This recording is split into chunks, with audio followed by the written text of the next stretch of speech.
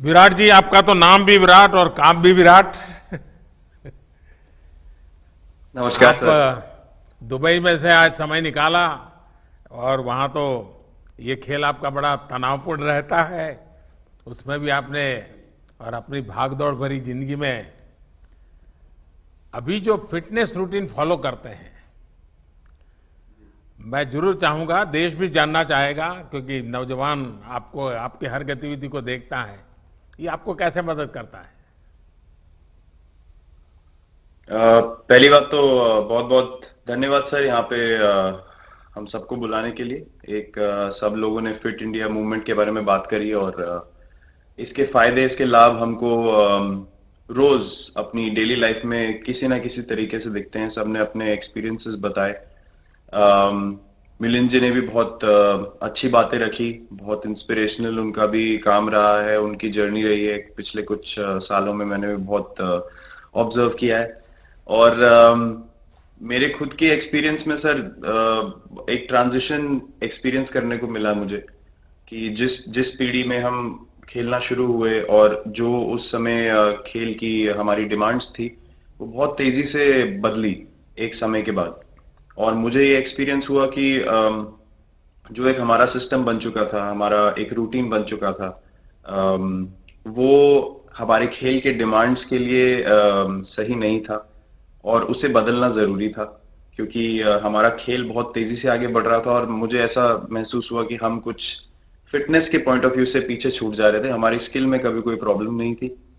तो एक स्वामी जी ने भी बात रखी, आपने भी बात करी, मिलिंद जी ने भी पहले बताया। एक जो सेल्फ रियलाइजेशन की बात है कि आपको खुद से रियलाइज हो कि मुझे क्या बदलना है अपने अंदर। तो मुझे वो एक समय पे खुद भी एक्सपीरियंस हुआ कि नहीं, फिटनेस जो है वो प्रायोरिटी होनी चाहिए। और अगर मैं आपको ऑनेस्टली बताऊं तो पहले खेल को अच्छा करने के लिए फिटनेस मैंने शुरू करी, लेकिन आज अगर प्रैक्टिस मिस भी हो जाए तो मुझे इतना खराब नहीं लगता। लेकिन अगर फिटनेस सेशन मेरा मिस हो जाए या एक्टिविटी मिस हो जाए तो मुझे ज्यादा खराब लगता है।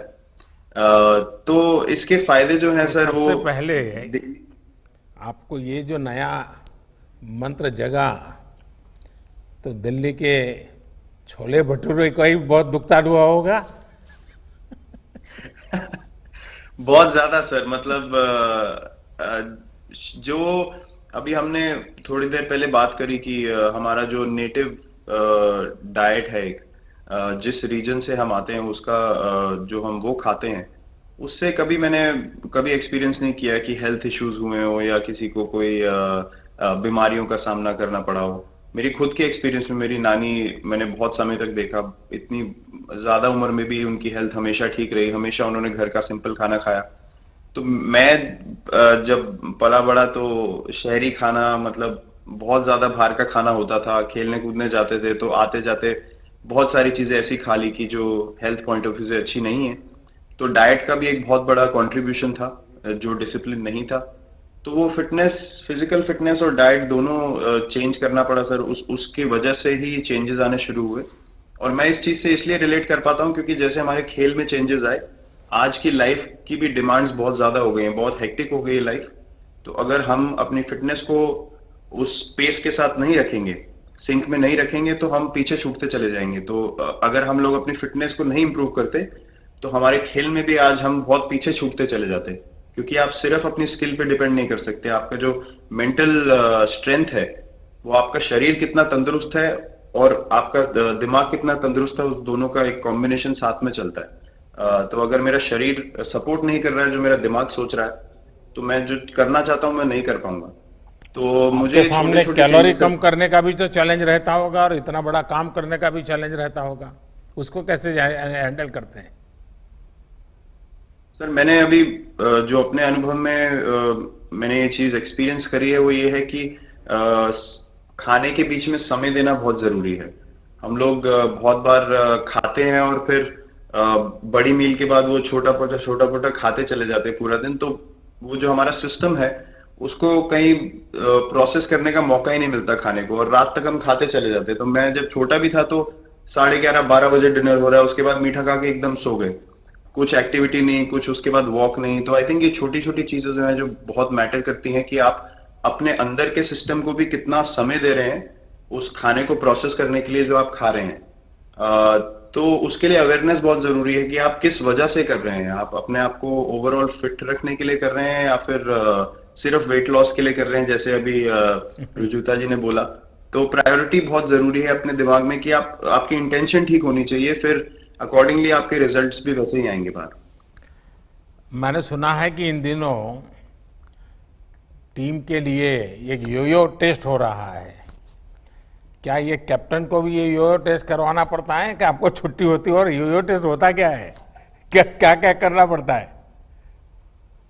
सर टेस्ट ये बहुत जरूरी था फिटनेस पॉइंट ऑफ व्यू से। अगर आप ग्लोबल फिटनेस लेवल्स की बात करें तो बाकी टीमों से हमारा लेवल अभी भी कम है, और हम चाहते हैं कि वो लेवल हम ऊपर लेके जाएं, जो एक बेसिक रिक्वायरमेंट है।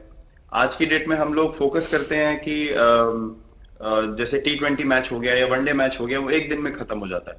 लेकिन अगर हम टेस्ट मैच की बात करें जो 5 दिन आपको खेलना है, हर शाम को आपको वापस जाना है, अगले दिन फ्रेश आना है, तो उस पॉइंट ऑफ व्यू से ये फिटनेस जो स्टैंडर्ड था वो बहुत जरूरी था। और मैं सबसे पहले मैं ही जाके भागता हूँ, और ये कंडीशन है कि अगर मैं भी फेल हो जाऊंगा तो सिलेक्शन के लिए मैं भी अवेलेबल नहीं हूँ।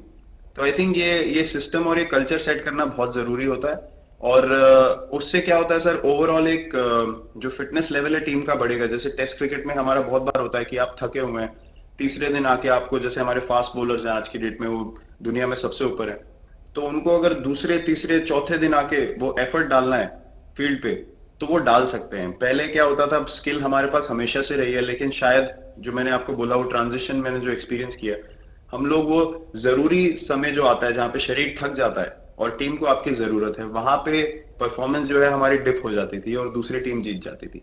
आज की डेट में हमारी फिटनेस की वजह से हम वो जरूरी समय में उस चीज को कैपिटलाइज कर पा रहे हैं और हमारे रिजल्ट्स उसी तरीके से आ रहे हैं। तो एक एक sir benchmark I think elite sports में होना जरूरी है, उससे एक फिटनेस विराट कल्चर जी, बना। मैं देख रहा हूं कि आपका टाइम मैनेजमेंट तो है ही है, लेकिन फिर भी आपकी एक्टिविटी इतनी नजर आती है ना, मैं भी कभी कभी फॉलो करता हूं। कभी थकान नहीं लगती क्या आपको?